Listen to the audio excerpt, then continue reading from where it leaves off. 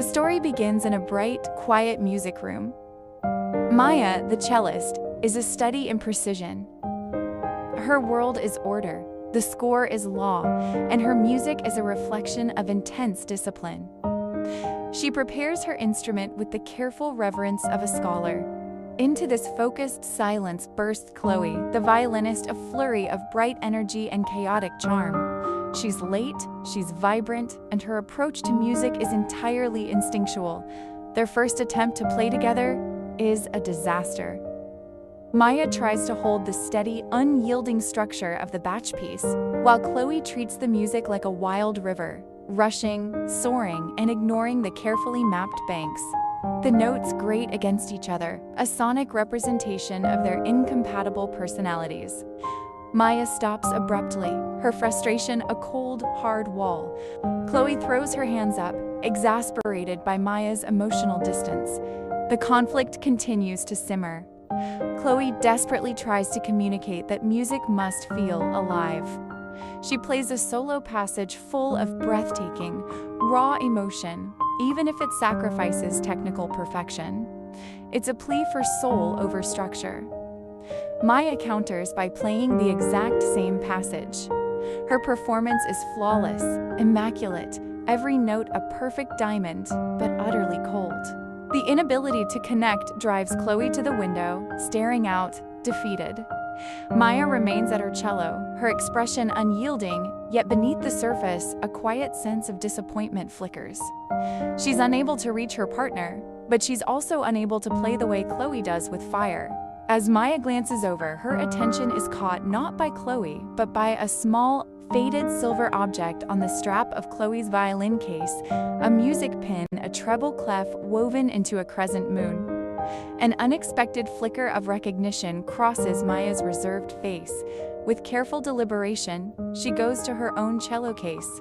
From a hidden compartment, she retrieves an identical pin, though hers is aged and attached to a delicate, frayed ribbon. She holds it out, and the simple sight of the two matching objects stops Chloe mid-sentence. Chloe turns slowly, her expression changing from anger to pure astonishment.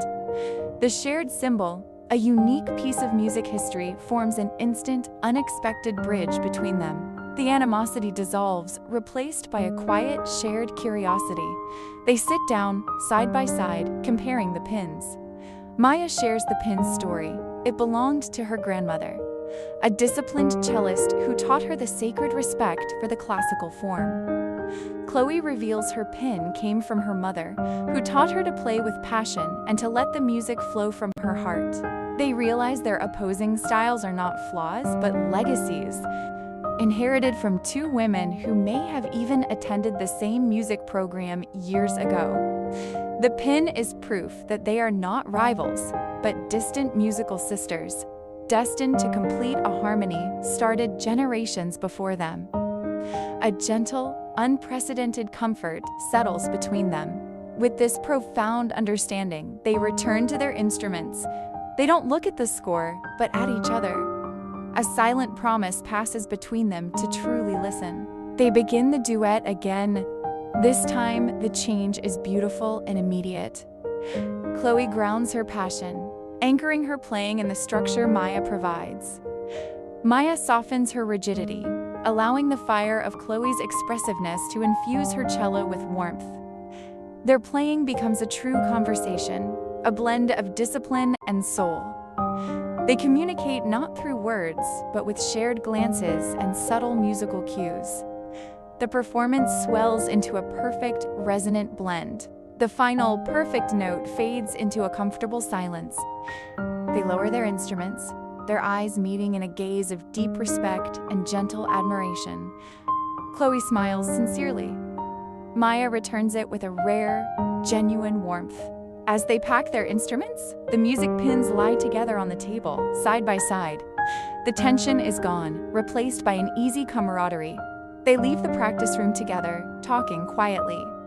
No longer separated by their differences, but united by an unexpected legacy and a shared love for the unfinished symphony of their own musical future. This particular Saturday morning, however, started with a crisis. "Chloe," Maya called out from the fridge, her voice thick with exaggerated tragedy. The container is gone. Chloe, already halfway through brewing a pot of potent coffee, didn't look up. What's gone? Your motivation to study? Because I felt that at 3 a.m. No, the leftover fettuccine, the big glass container. The one we explicitly agreed we would split for brunch, 50/50ths, with a side of dramatic sighs and self-pity for our poor life choices. Maya held up 2 empty shelves in the fridge as evidence. Chloe finally turned, her dark hair a wild mess. Wait, what? It can't be. I saw it last night.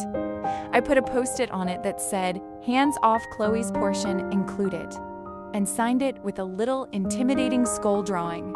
Maya was the methodical one, a future engineer who loved solving puzzles. Chloe was the creative one, a theater major who loved drama and intrigue. They were the perfect, ridiculous detective team. Their prime suspect was their third roommate, Alex, who was a notorious snacker, but usually stuck to chips. Alex was nowhere to be seen, likely holed up in their room with headphones on. Motive: hunger. Opportunity. Alex was the last one in the kitchen around midnight, Maya stated, pulling out a small notebook. Alibi: unknown. Let's check the trash. Chloe, already on her knees by the small bin, grimaced. Negative. No evidence of a massive, cheesy consumption. No discarded takeout forks, no remnants of pasta, no incriminating smudges of butterfat. Wait, Maya said, tapping her chin. Alex is meticulous. They never leave a mess in the kitchen.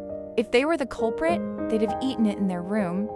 But where would they put the massive glass container? They tiptoed down the hall to Alex's room. Maya, being taller, peered over the top of the door. The room was neat, the desk clear. No sign of a glass container on the floor, the desk, or the bookshelf. The plot thickens, Chloe whispered, her eyes shining with theatrical excitement. Alex is clearly innocent. They've been framed. We must look beyond the obvious. Who else has access to the apartment? Only us. And the landlord, Mrs. Petrov, but she hasn't been here in weeks, Maya reasoned. Or an intruder, Chloe said, dramatically widening her eyes. A highly skilled, pasta-loving burglar who bypassed our triple deadbolt purely for the thrill of the creamy carb hit. Maya rolled her eyes, but the idea sparked a thought. A burglar who took the container. That means they took something out of the apartment. Let's retrace our steps from last night. They went back to the living room, which now looked entirely different in the Saturday sun. They remembered laughing, watching a terrible horror movie, and Maya getting up to put the leftovers away around 11:30 p.m. Okay, I put the fettuccine in the fridge, Maya confirmed. Then I went straight to bed, and I stayed up to finish the movie. Then I cleaned the pizza boxes and took out the recycling, Chloe said, her voice trailing off. Maya stared at her. You took out the recycling? Chloe's eyes widened, a slow, dawning horror washing over her face. Yes, but I only had the pizza boxes and a few soda cans. She clamped a hand over her mouth. The bag. They sprinted to the back door and out onto the fire escape that led to the alley. Beside the overflowing municipal bin was a small, black trash bag that Chloe hadn't fully tied. Maya knelt, carefully pulling the bag open, and there it was, sitting pristine and slightly chilled amidst the crumpled cardboard and plastic. The heavy glass fettuccine Alfredo container, finding the precious fettuccine Alfredo container in the trash bag.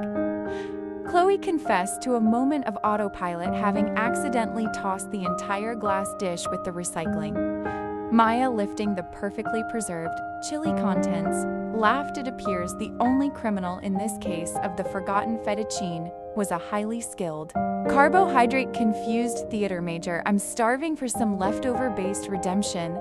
Relieved they took their rediscovered treasure inside, warming it up and splitting it 50/50ths. Enjoying the quiet morning and the ridiculous, perfectly preserved memory of the chaos that their forgotten meal had created.